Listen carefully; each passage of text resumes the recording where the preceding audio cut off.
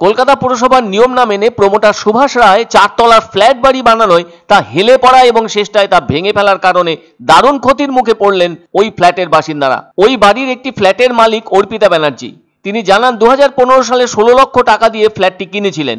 এদিকে ফ্ল্যাটের এমন অবস্থা হওয়ায় যা দাঁড়িয়েছে তাতে অর্পিতা দেবীর জমানো পুঁজি শেষ বলে জানান তিনি। আবার তারা পুরসভাকে ট্যাক্সও দিতেন বলে জানালেন।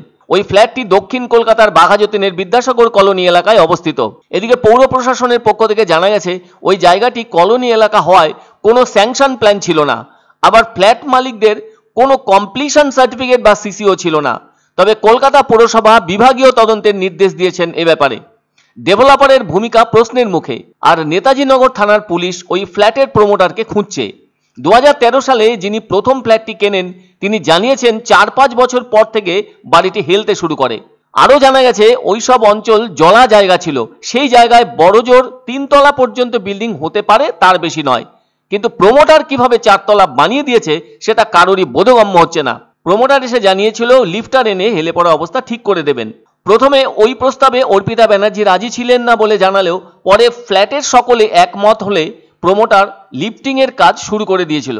আর এখন তো পুরসভা দুর্মুষ করে ওই হেলে পড়া ফ্ল্যাট বাড়িটি ভেঙে ফেলছে। এ প্রসঙ্গে ওই এলাকার এক বাসিন্দা ফ্ল্যাট বাড়ি তৈরির সময় বাধাও দিয়েছিলেন বলে জানালেন, কিন্তু প্রমোটার তার কথা শুনতে রাজি হয়নি। এছাড়া অন্য একজন ফ্ল্যাট বাড়ির বাসিন্দাও ওই ফ্ল্যাট বাড়ির এমন অবস্থার জন্য প্রমোটারকেই দায়ী করেন। এখন তো কেএমডিএ বিষয়টি হাতে নিয়েছে বলে জানালেন বঞ্চিত ফ্ল্যাট বাড়ির ওই বাসিন্দা। ওই 4 তলা ফ্ল্যাটটি কিনেছিলেন 8টি পরিবার। তাদের মাথার ওপর এখন আর ছাদ নেই, প্রত্যেকেই নিজেদের বাড়ি হারিয়ে ভাড়া বাড়িতে রয়েছেন। এ ব্যাপারে মেয়র ফিরহাদ হাকিম বলেন, এটা একটা ইঞ্জিনিয়ারিং ফল্ট। পুরসভাকে না জানিয়ে নিজেরা পাকামো করে হরিয়ানা থেকে এজেন্সি ডেকে নিয়ে বিল্ডিং লিফট করতে গিয়েছিল প্রমোটার। বেআইনি প্রমোটিং এর জন্য কিছু মানুষ সর্বশ্রান্ত হলেন বলে আক্ষেপের সঙ্গে বললেন মেয়র ফিরহাদ হাকিম।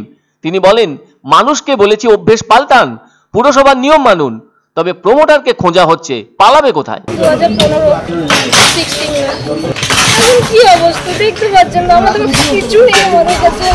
আমি অনেক নিষেধ করেছি, সেই সময় অনেক গন্ডগোল হয়েছে, আমরা দাঁড়িয়ে দেখেছি। আর কে ছিল সুভাষ রায় প্রমোটার, স্বাভাবিক না? আমরা প্রমোটারকে অনেক বলেছি, অনেক নিষেধ করেছি। সেই সময় আমাদের তো কথা কেউ শুনবে না, কেন?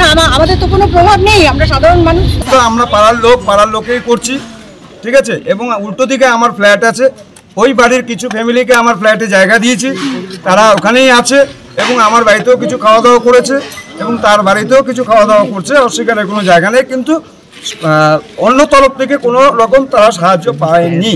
এই নিজেদের যে বিল্ডিংটা ক্ষতি হয়েছে সেটার জন্য আমরা নিজেরা যা ক্ষতিগ্রস্ত, সর্বস্ব গেছে। এবার ব্যাপারটা হচ্ছে আমাদের হাতে আর কিছু নেই। এখন যারা করছে পুরোটাই কেএমসি করছে।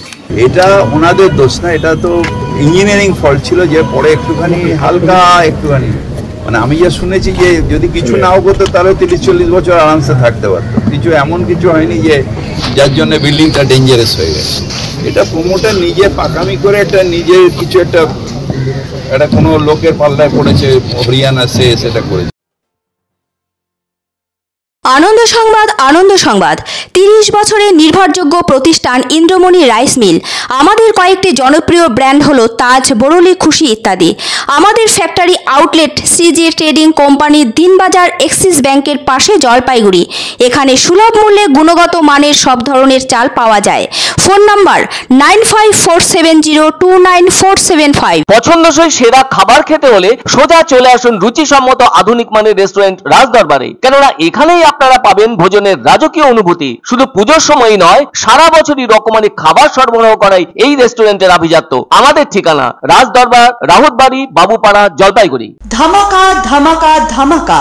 সানরাইজ মার্বেলের নতুন শোরুম শীঘ্রই আসতে চলেছে জলপাইগুড়ি গৌরীয় মঠের পাশে, নতুন করলা সেতুর কাছে। এখানে পাবেন আধুনিক টাইলসের রকমারি সম্ভার। এক অন্য অনুভূতির স্পর্শ পাওয়া যায় রয়কো ব্র্যান্ডের গেঞ্জি ও জাঙ্গিয়ায়। তাই ছোট বড় সবার পছন্দ রয়কো গেঞ্জি ও জাঙ্গিয়া। প্রস্তুতকারক জয়মনি হোশিয়ারি, কলকাতা।